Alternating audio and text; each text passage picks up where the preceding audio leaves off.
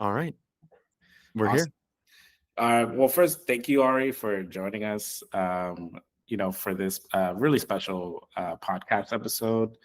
We've chatted a few times before, just in person. I think the last time was the Effies, if I remember right. That was like 2 years ago. But a lot of big news on your end since then. So we're gonna get into all of that, man. But thanks for joining us. Of course. Thank you, Brian, and thank you, Gino. Cool. I Nice, mean, nice. How do we want to kick this off? Yeah. Ryan, please lead the way. I'll chime in, probably a little bit annoyingly, to make sure we're talking about the student perspective, if that's okay. But where do you want to lead us up, Brian? Look, obviously, I want to hear a lot about quality experience. But I think, we could start there actually. I think what's interesting is that, you were the global CCO of one of the biggest networks, one of the more iconic networks in the industry. And, you opted for, kind of a different route there, starting your own agency, starting from scratch. And you've been at like some of the most iconic agencies in the industry. Like, what kind of inspired that move? I'm very curious. Yeah, I mean, you don't make a move like that kind of lightheartedly and on a whim. Although I do think it happened very kind of organically, and there were kind of three kind of moments all at once that kind of coalesced the move, and I can talk about that a little bit if you'd like.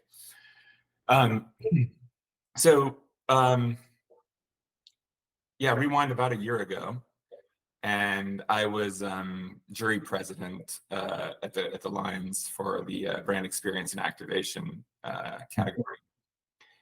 And it was that year, and I believe this year too, it was the largest category at Cannes. And it really got me to thinking what kind of brand experience and activation, really mean. And why this category was so robust, why it was the largest kind of all the categories. And maybe I took a disproportionate leap there, but also I think arguably kind of where the energy and the heat of creativity is today. So if this is the largest category it can, if this is where most of the pieces are being entered that are kind of the more groundbreaking kind of innovative creativity, why is that happening? And what should be done about that? Right.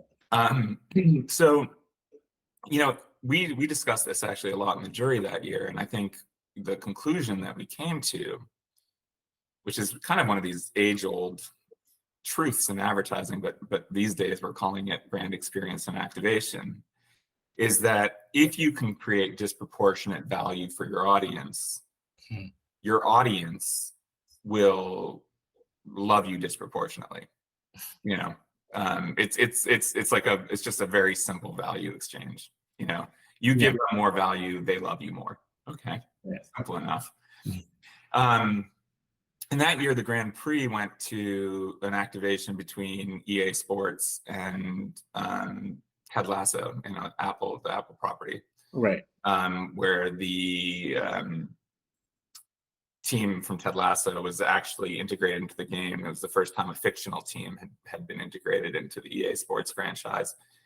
And it ended up being, I think in the case study, I still remember this, it ended up being the 17th most played team in the whole EA kind of franchise, which is remarkable because I think there's 100 plus teams. So to be that high up there. Right.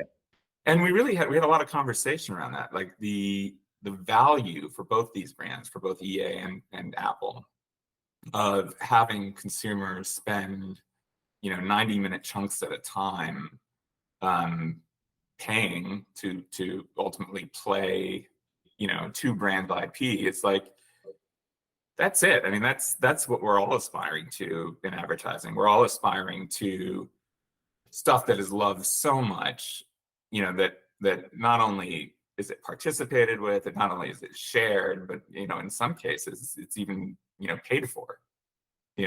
Right. And I think like that is kind of the holy grail in advertising. I think sometimes we don't give ourselves enough credit as an industry that we can do that. We can actually create, content, engagement, application, function, whatever, that actually has so much value and tells a brand story that our consumer, that our audience is willing, in some cases, to pay for it. I mean, we did that a few years back with the Skittles musical, and we charged $200 to go see a Super Bowl commercial, and people did it. It was a 2,500 seat theater, so it wasn't like a huge volume, but we sold a bunch of tickets to an ad. Yeah. And I think that is something I've always been really, really massively curious. At the same time, some of our larger clients at DDB were very, very curious, kind of about the experience economy and where that was going. And I started just kind of putting these trends together. And when we won Network of the Year at Cannes that year, DDB did for the first time in its, I think at the time, 74-year history, I was like, all right, this is it.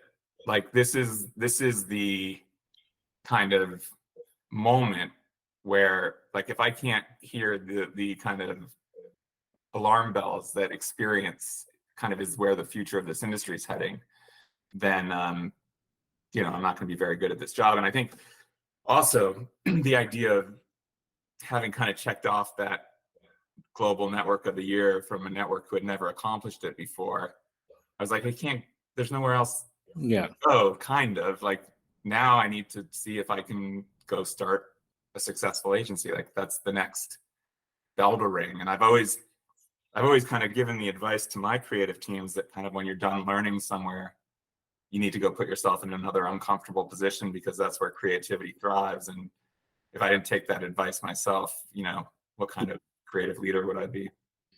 That's crazy to me that that was the first in DDB's history. I mean, that in itself is a surprise. And I appreciate, all the context there, because I think the Skittles work is some of my favorite work that I've seen in the industry, because I was aware of that before I was even at Ad Age. And I think that's always the mark. That's always a good marker, right? When someone is aware of something when they're not part of the industry. And I think, the industry tends to talk to itself a lot. Totally. I always measure it. If my mom tells me about it and doesn't know I did it, then I've done a pretty good job. And that's only happened a few times in my career, but it has happened a few times, and that's always kind of the marker of like, oh wow, it's someone outside the industry who finds it interesting, and it somehow gets back to you. You've done your job. You mentioned that the industry, I mean, you kind of spoke a little bit about how the industry almost doesn't feel sometimes that they can accomplish these big experiences, or these ideas that are more focused on putting a product together, or have all these different elements together that is beyond a TV ad. And granted, you've been part of really good TV ads as well, but I think you're right. I think this is where the future of advertising is heading. Why do you feel like there is that feeling though in the industry that they can't create these these types of ads or products? I think because it's hard. It really requires great creativity. It really requires that kind of disproportionate push where it's really hard to quantify, will it be a success or not? And it's kind of one of those things, almost like a great musician. Like, a great musician puts together an album, and the only reason that great musician usually puts together that album is given the money to go do it and push it out big, at least from a kind of label perspective, is because they've had success in the past, right? Right. And so nobody asked Taylor Swift why their next album is going to be successful. They know it's going to be successful because she knows how to put out successful albums. And I think that is a little bit of the power of creativity, but we do such a poor job in our industry, I think, of quantifying the value of creativity. I think people are really uncomfortable, because when you take some of these big swings, you really have to believe in the power of creativity to drive significant business growth, you know?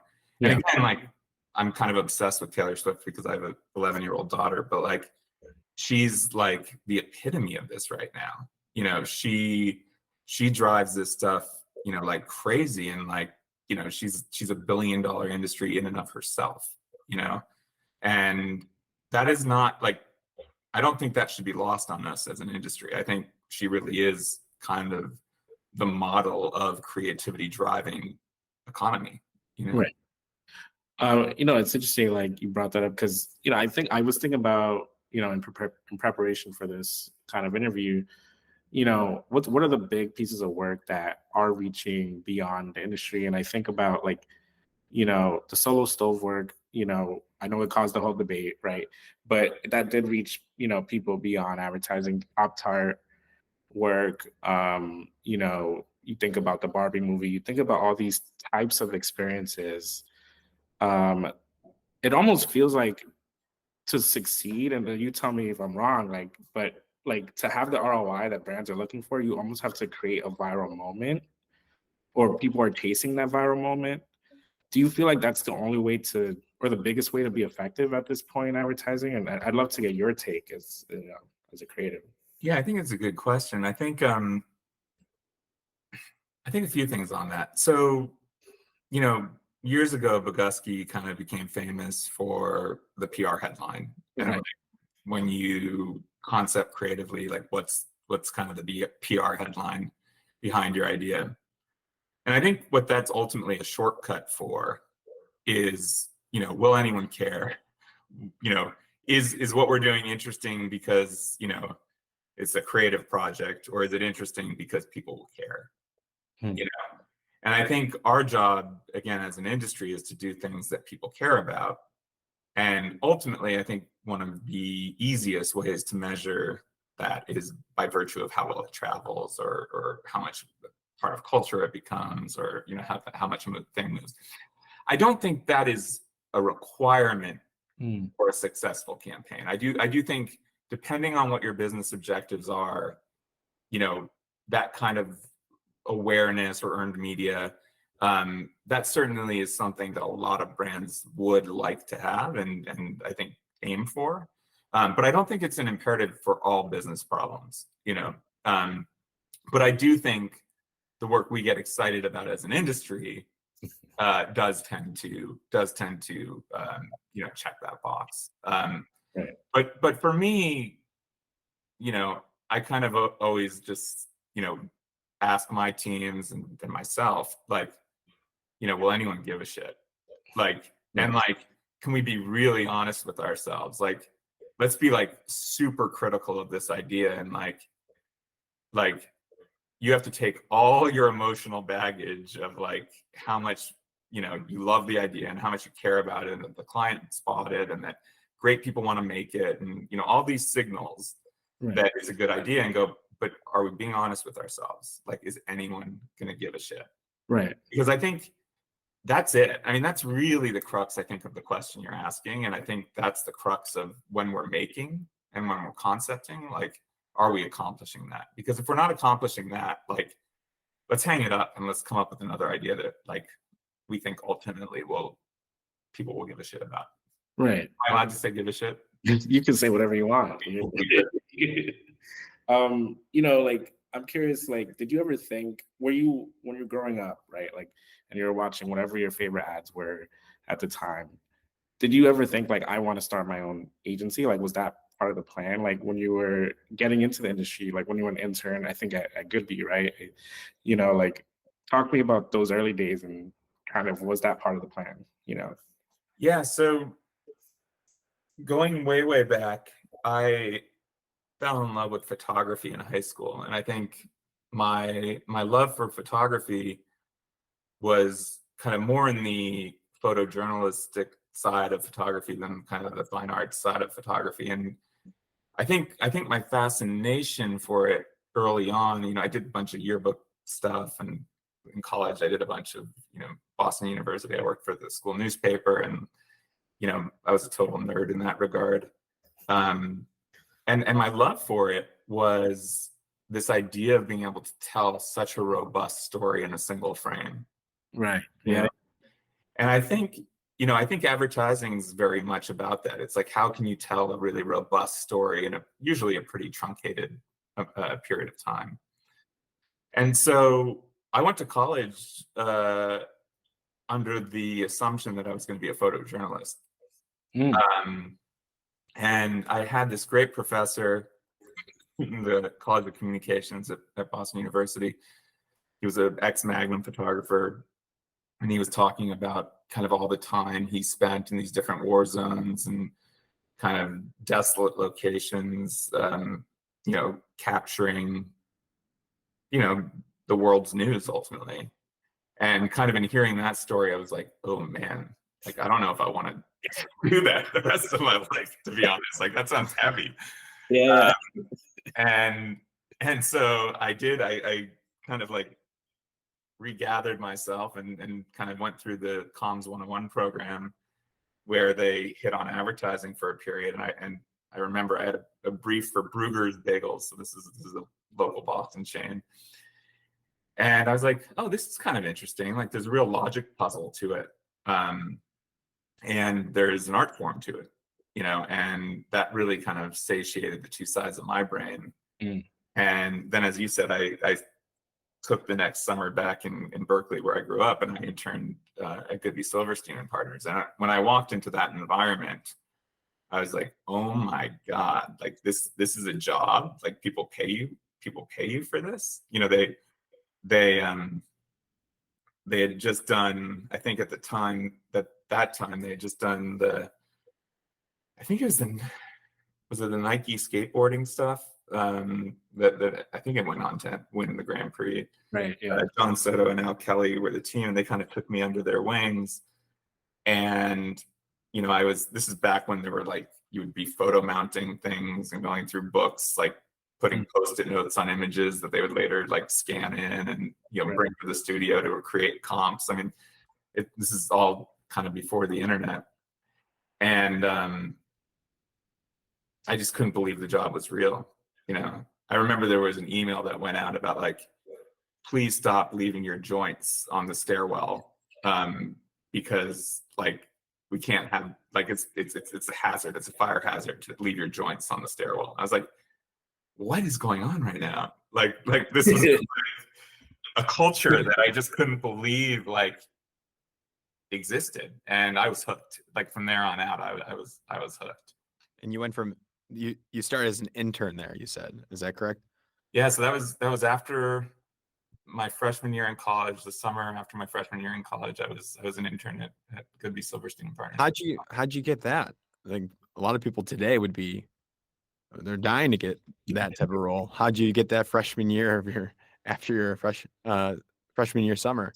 Total fucking nepotism. It was it was well, first of all, Goodby wasn't quite what Goodby later became yet. There was still very early days. They had just done kind of also the Chevy's Made Fresh stuff, and like this they were just like taking off. Okay.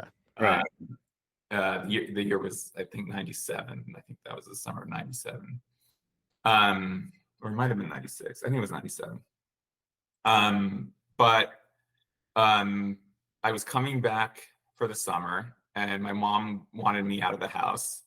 And she said, you've been talking about this advertising thing. One of the kids in your brother's class owns an agency in San Francisco. Why don't you give him a call from the student handbook from the grade school that my brother went to. And I called up Jeff just totally out of the blue and said, look, I went to Bentley School, where your kids go, and I'm looking for a summer internship, and would you have me? And he said, yeah, why don't you come in and we'll take a meeting? And the rest was history. I went and got blueberry muffins for Rich and coffee, and picked up people from the airport. I kind of did it all. But I think, that was the beginning. I was hooked.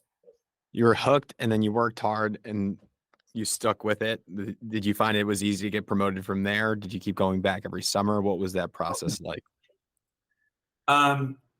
So I was hooked, but I found myself kind of, as a college student does, in kind of different scenarios as I went. So I think my next internship was probably the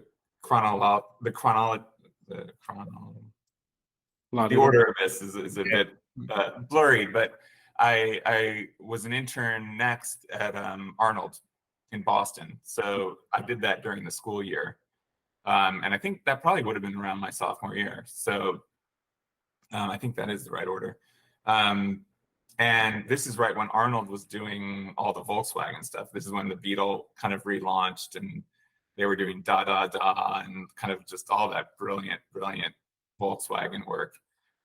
So I found myself in this other culture, that totally reinforced what I learned kind of from round one. And I was like, oh my God, like this is amazing. And again, there was a lot of weed smoking and video game playing, and I couldn't, again, I'm like, geez, what is this world I've stumbled into? But it was fantastic. Yeah. There was a lot of GoldenEye, if you want to date. Nice, good game. There was a lot of GoldenEye going on at the time, and great game. Yeah. Do you play video games now? I'm curious, like how you spend. I like gaming a lot. My kids are coming into the gaming ages now, and so there's a lot of Fortnite and Madden and FIFA. The new NCAA's out, I believe. Yeah. Yeah. College football just came out. Yeah, I gotta get that. I'm curious, like, because I think nowadays breaking into the industry is a little different. But you as someone who has hired people and overseeing a lot of people, like how would you go about bringing to that advertising industry in 2024 if you had to like start over? Yeah, I think the kind of core tenets. Let me walk you a little bit more through kind of my trajectory, and I'll get to that answer through that story. So after Arnold, I did a summer internship at Ground Zero, which was an agency in LA back in the day. They did a bunch of great ESPN stuff, and I met a team there, Grant Holland and Guy Shelmerdine, who kind of took me under their wing. And I had my student portfolio from Boston University, and I thought I was a big deal. And I landed this great internship at Ground Zero, and I produced my first commercial at Ground Zero, and I was like, God, I'm the shit. And then I showed Grant and Guy my book, and they were like, this is horrible. You're never gonna get a job. And I was like, what do you mean? Like, what do you mean? Like, look at where I am and this and that. And they're like, trust us, like, you're never gonna get a job. And so I remember going back that summer to my folks and going like, I think after school, I'm gonna go to one of the creative portfolio schools and really kind of focus and hone my craft and, really take kind of one step back to take two steps forward. Mm-hmm. And their advice, which I took on, was, really figure out where you want to work and who you want to work for. And then, build a portfolio that evidences that you belong there, that you deserve to be there. Right. And I really took that to heart, and I went to Creative Circus, and I met my future creative partner, Aaron Adler, who I'd worked with for the next 6-ish years. And I really created a book for, at the time, Cliff Freeman, Shy at San Francisco, Goodby Silverstein, Cliff Freeman,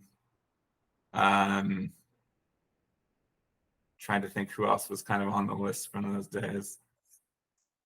That was more or less kind of what we were targeting. And sure enough, we got hired at Cliff Freeman. And I share that story to answer your question, Brian, that I think still the best way to break in is to find where you want to work, have a really clear point of view of where you want to land, and create a portfolio that, shows you deserve to be there. Yeah. And I think, the most important thing early in your career, this is an apprentice industry. It just is. Right. And the most important thing early in your career is to find somebody that you want to work for and that you want to learn from, and that they see enough of themselves in you. Right. So they hire you. Right. And they take you under their wing. And, we had Eric Silver at Cliff Freeman kind of take us under his wing. And, a couple years into Cliff Freeman, we were on production for a Fox Sports job. And he turned to us and he said he's leaving. He wasn't going to tell us where he was going, but he wanted us to come with him. Are we in or are we out? It's a bit like a Shark Tank moment. Yeah, right. And we're like, yeah, fuck it, we're in. But, he saw enough of us in him that, we were, and we were cheap. That probably didn't hurt at the time, but like that he was willing to take us with them to, our next job, which was then Saatchi, and then the job after that, which was BBDO. Yeah. And I think that opportunity, to go from there led me to really the next opportunity, which was Wyden Kennedy. And, when they called, it was like, yeah, amazing. This is like the dream job that I'd always wanted. And, it was time to kind of go back west. And I just, gotten married, and my wife and I were kind of keen to get back to the West Coast. And yeah, we went, and then, after that went down to San Francisco and worked with Jamie Barrett for years and really learned a ton from Jamie, and then went down to 180 and worked with William Gellner and learned a ton from him, and so on and so on. And I think really getting those mentors that really have a vested stake in your success, and you have a vested stake in their success, is really the path towards, making great work, finding a great fit, and really elevating throughout your career and learning new things from new mentors, as you go. And kind of, as I said kind of earlier in the podcast, like, this is an industry where there's so many wonderful and brilliant people to learn from. Soak it all up. When you think you've stopped learning, pack up the bags and go on the road and go to your next school, and that never stops. I mean, even honestly, even now, like doing this quality experience thing with Dan and Colleen and Christina, like, I'm learning a ton from them. We had a moment yesterday where I paused because I was kind of running down a path, and I said, you know what, look, I want to take the way I would do this off the table. Like, let's back up.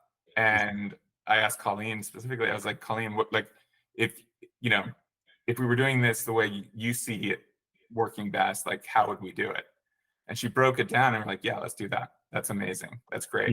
And like, I don't care whether you're a founder or a chairman or, who's he, what's he, it doesn't matter. Like, you can't stop learning. And if you're not around people that you think you can be learning from, go find another place to do it. Right. No, that's great advice. And interesting enough, you and Colleen worked before, and the Susan Glenn work in particular comes to mind for Axe. It's interesting, right? Because you know how this works. Like, in our industry, we promote our best creatives, right, all the way to the point where they're leading, but they're not always creating, right? And that's the thing that they were the best at. And I'm curious, like, how you feel going from this big network to now. Like, I imagine you just have more, you're involved way more than you probably were, in terms of every aspect of a creative campaign at Quality Experience versus EDB, like, as a global CCO. Like, how does that kind of differ for you? Like, I'm curious. Yeah, I don't know whether I was a unique or annoying. You can pick your adjective, global CCO, but I was very much in the weeds on at least one project at a time. Right. And, you know, I had various CEOs at various times going like, God, I can't believe, you know, how involved you are. But I'm a big believer that leaders can't just lead. They do have to lead by example. Now, there's a version of that that can become very micromanaging, and a version of that that can be inspiring.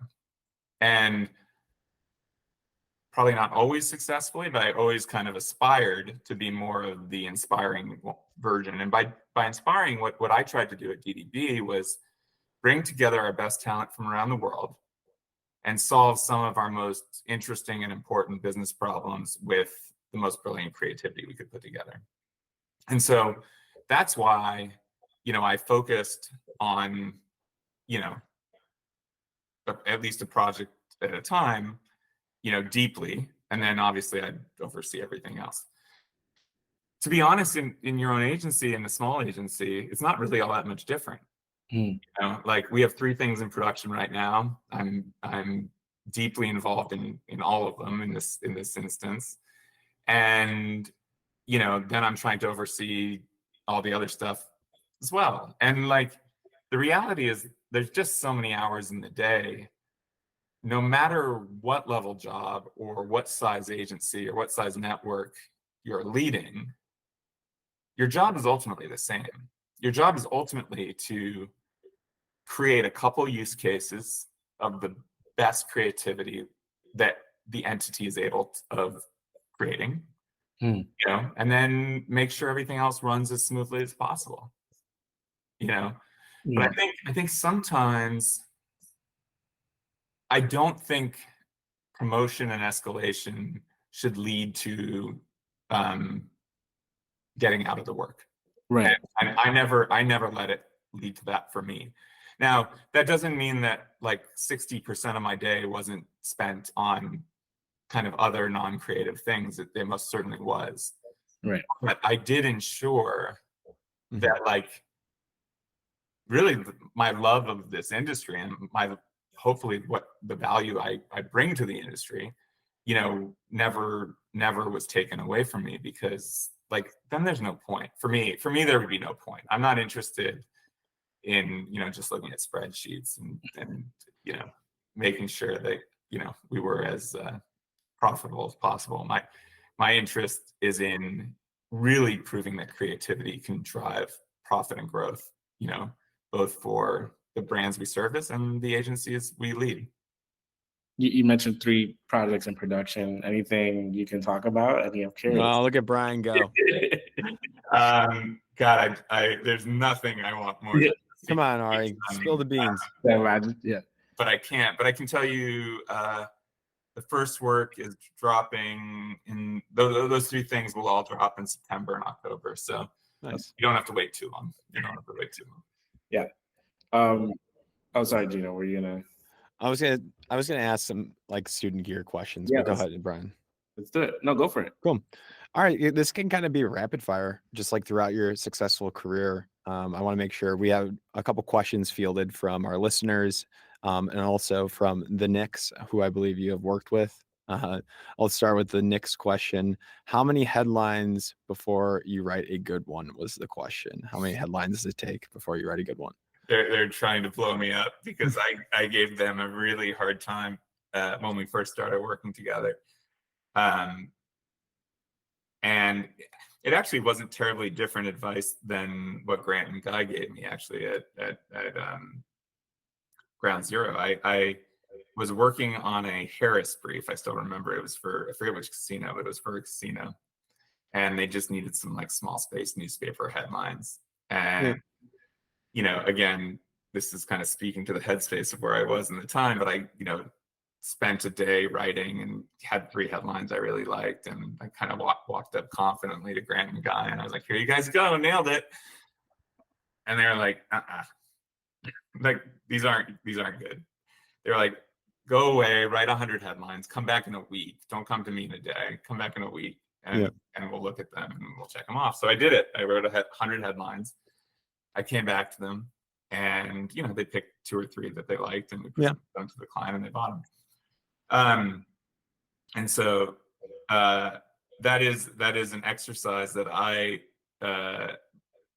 took on in my kind of mentoring of younger teams. Sure, pass it down, because it worked for me. But I think the output is kind of more probably important than actually the 3 lines that went through. And I think advertising, and then especially comedy, and we can get into comedy a little bit more in a second, but especially comedy, I find to be an exercise in exhaustion. And what I mean by that is, until you've kind of explored every angle of a joke, or every angle of a headline, or every angle of really a joke, you don't know if you have the funniest articulation of it, or the most interesting articulation of it. And I think you can kind of expound this beyond just comedy, but comedy, I think, is the hardest. So and that's what we were working on with the Knicks, and what I was working on with Guy and Grant at the time.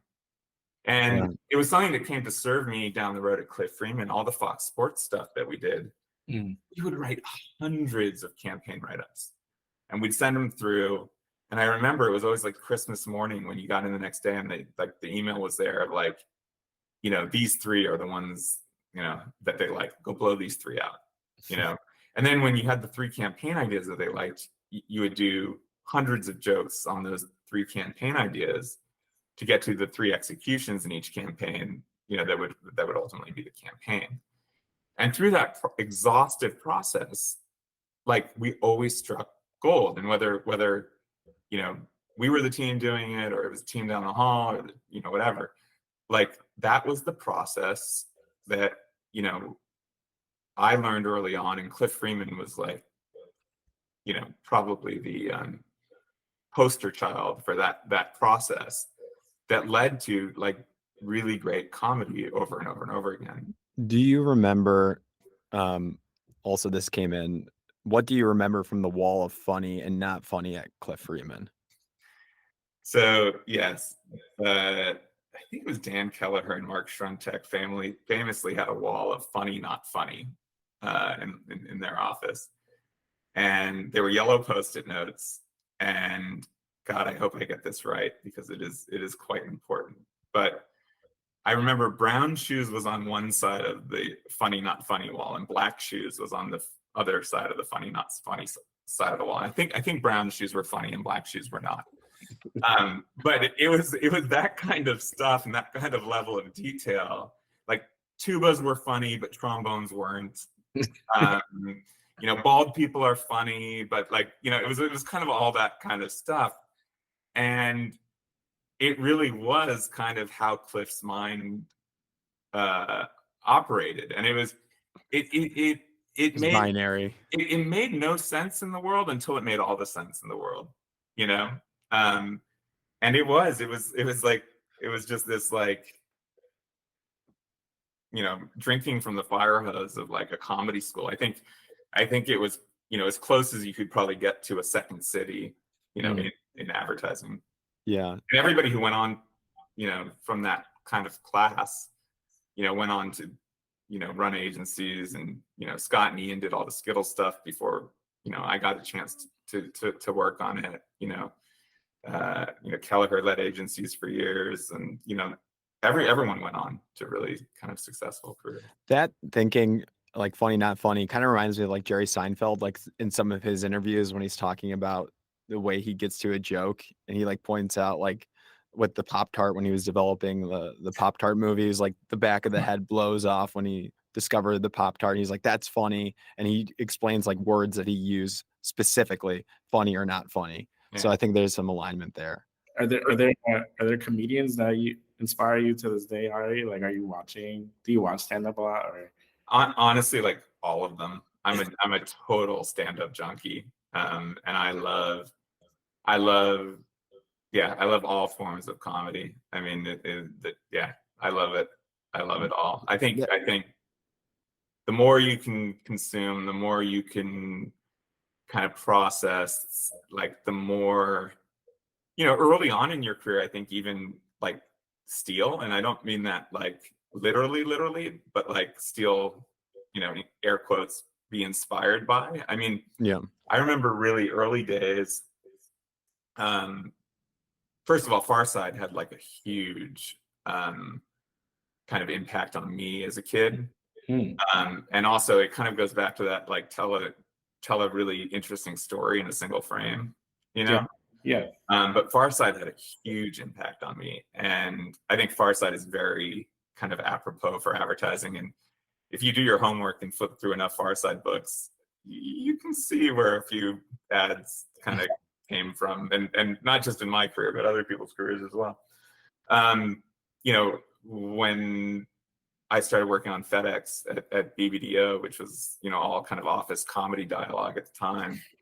Um, you know, One of the first things I did was buy every Dilbert book I could buy and just kind of go through, the Dilbert Chronicles, because like they had explored every joke, essentially Oh, that was in the office. And it's funny, even if you look at The Office, as which kind of came out a little bit later, but even if you look at The Office, um, there's a lot of jokes from Dilbert, Hmm. in The Office, and I'm not saying they're taken no. from it, but Yeah. it's how well can you immerse yourself in the world of comedy that you're going to be, spending some significant time in, and how do you kind of get inspired? How do you get that engine room churning? You know, Yeah. And I know. Oh, sorry, Gina. I don't know if you were gonna. I was gonna say, what do you do when the engine stops turning? Like, Right. What do how do you? you get out of a writer's slump or a Yeah, writing slump, writer's block? I'm Some curious. tricks, As I'm tools like that. as a writer, I have my own way of doing it, but it's different with news. So like, I imagine, like, I'm curious how that is for you. I think everybody does it differently. So for the first 5 or 6 years of my career, I I was I was like maniacally obsessed with like not giving up. Hmm. So when I hit a writer's block, I would just bang my head against a wall for hours. I would just like keep trying to make it happen. Keep trying to squeeze juice Force it out. from a rock. You know, um, and then my second advertising partner was a guy called Jerome Marucci, and he had come from Fallon, and he was like 6 or so years kind of ahead of me in the game. And one day we found ourselves kind of banging our heads against the wall, and he started packing up. And I was like, dude, where are you going? Like, we have to we have to like turn this in tomorrow. Like, he's like, dude, it's not happening right now. And I was like, what do you mean it's not happening? Because it's not happening right now. I'm gonna go home. I'm gonna, work on something else. I'm gonna like go play some video games, whatever it was, and we'll pick it up tomorrow. And that for me was actually a real pivotal moment in my career, because I learned that when it's not happening, trying to force it is a waste of time. Right. And I find, for me, again, my thing, I need to move. I find that when I am in writer's block, I need to move through it, like quite literally, and metaphorically.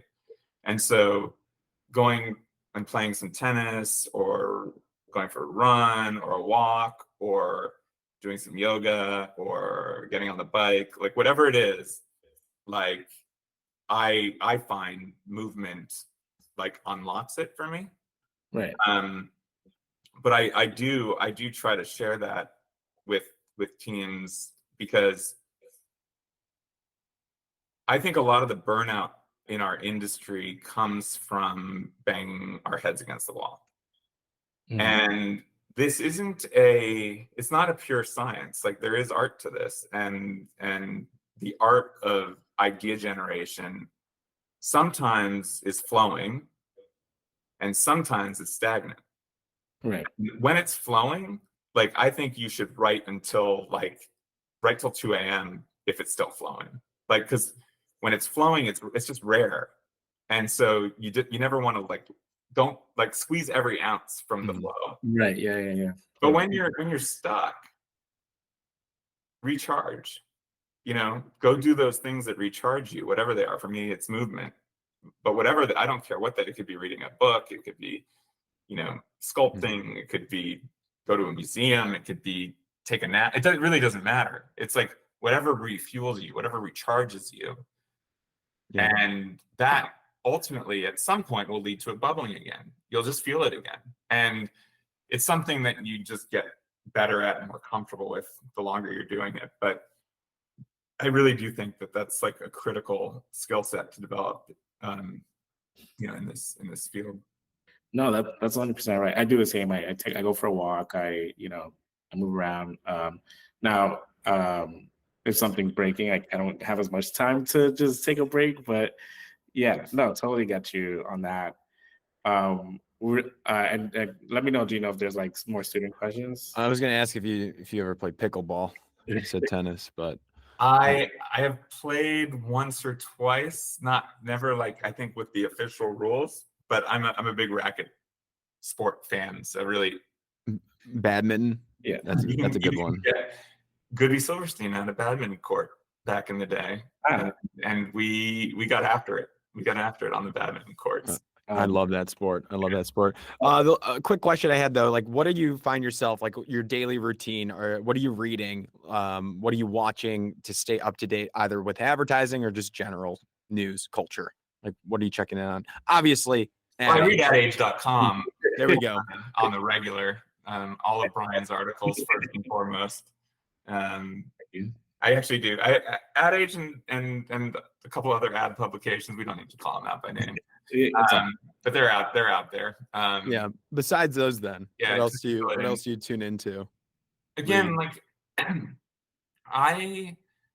I don't read nearly as much as I should. I find that after like a lot of the advertising day of all the reading and writing that you do kind of in context and research, that I'm just a little bit fried. So I'm much more of a TV movie, kind of refuel content wise perspective. But I think the more you can take in, the more you shape your perspective, the more you shape your voice kind of in the industry. So I'm a big believer of taking it in, however you're so inspired. I was curious, like we did an article this week we were talking about comedy, like absurdist comedy, right? And this idea that absurdism's coming back, kind of that randomness that I kind of grew up on with YouTube early days, like, Smosh and just like randomness, right? And chaos kind of, right? And I'm curious, do you feel like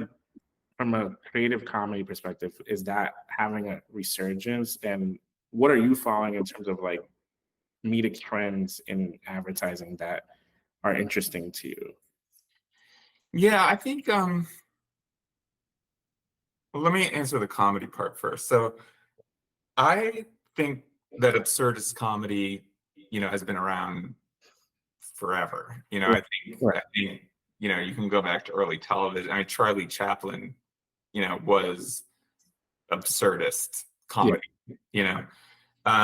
so I think it's been around forever. I think the reality is, there's a demographic that likes absurdist comedy, and it tends to be like in that kind of 14 to 30 range. So I don't think absurdist comedy ever goes anywhere. I think advertising, gets hot and cold, on trends, like, there was all the sadvertising and then kind of all the purpose stuff. And I think comedy's kind of the topic of du jour, which I love. But I think they're always there. I mean, we've been doing Skittles and Starburst and Twix and even a lot of the Molson stuff we did at DDB, and a lot of the stuff we're doing now, has some comedy that elements to it. I love that comedy's having a moment. I think the reality is, in our job, a lot of times we're sharing information that isn't necessarily all that interesting. And comedy is a really good way to make not so interesting information interesting. Right. So I think you know, it's just one of those really smart and simple devices. You know, we would always call it kind of the spoonful of sugar that helps the medicine go down, you know, to quote the great Mary Poppins. But I think there's some truth to that. So I think, you know, the more functional the messaging, sometimes, you know, the more comedic approach is required. So I think it's lovely, you know, that we're having this kind of resurgence. But I do think it's always been there. Right. I think it's just kind of becoming hot at the moment, which is great. Are you, you know, we talked a lot about your successes and things you're good at. I'm curious, like, you know, were there any mistakes you made in your career? Like, and especially in comedy, right? Like, there's so much ground for mistakes. Like, is there anything mistake wise that you made that helped you learn something down the line that you've kept with yourself? Like, I'm curious, like, God, I've made so many mistakes, Brian. I mean, and advertising. if we wanted to go through my mistakes, we could probably do a 10-hour podcast. Yeah, I mean, look, there's definitely been times where I thought we had something really funny and we made it and it wasn't so funny, you know, like that's definitely happened. Is there one that you would share with us that we can look up? There was a FedEx office, I think it was called FedEx Kinko's at the time, spot that we did. We did a few spots in that series. And we did one spot called Sweeps, which was, I thought, really funny and turned out really great and everyone loved and won awards and people liked it and all that good stuff. And then we did another spot that, you know, we don't talk about very often. I think it was called Luggage. And the premise was basically instead of checking all your office equipment in luggage when you're on a business trip, you can just go to a FedEx Kinko's, you know, to do all your office stuff. And so the spot was about a guy basically waiting for his printer to come out of the luggage carousel, and then like a fax machine. I mean, this is kind of way back in the day, right? But a fax machine, and then I forget which other. It was all kind of big, unruly office equipment. And you know, even when we were shooting it, I thought it was hilarious. And we got into the edit, and I was like, "Oh fuck, this is not very funny." But look, it happened. Hey, Like, thanks you for sharing. Yeah. I mean, we talk about the successes all the time. Sometimes we gotta learn from the misses. FedEx Luggage, look it up. I love it. I love that. I love that. It'll be the image for the podcast. All right. Man. Thank you. One last thing, I'm curious, like, Hmm. what can people expect from Quality Experience moving forward? Like, there's a lot of hot shops opening these days. Like, how are you guys gonna differentiate? What should we look out for coming from you moving forward? Yeah, I think. Look, like I've been really lucky to work at, you know, a lot of incredible agencies with a lot of incredible people throughout my career, and I hope that Quality Experience is kind of a culmination of all of that. And you know, it's why it was so important to me that we went out and found, you know, the best leaders in the industry to do this with. And you know, that's pretty unusual. You don't usually see the CEO and the CSO of Droga 5 and the CCO from GDB Worldwide and the head of art from McCann. You don't usually see kind of that many senior leaders at great places come together to start something. Right.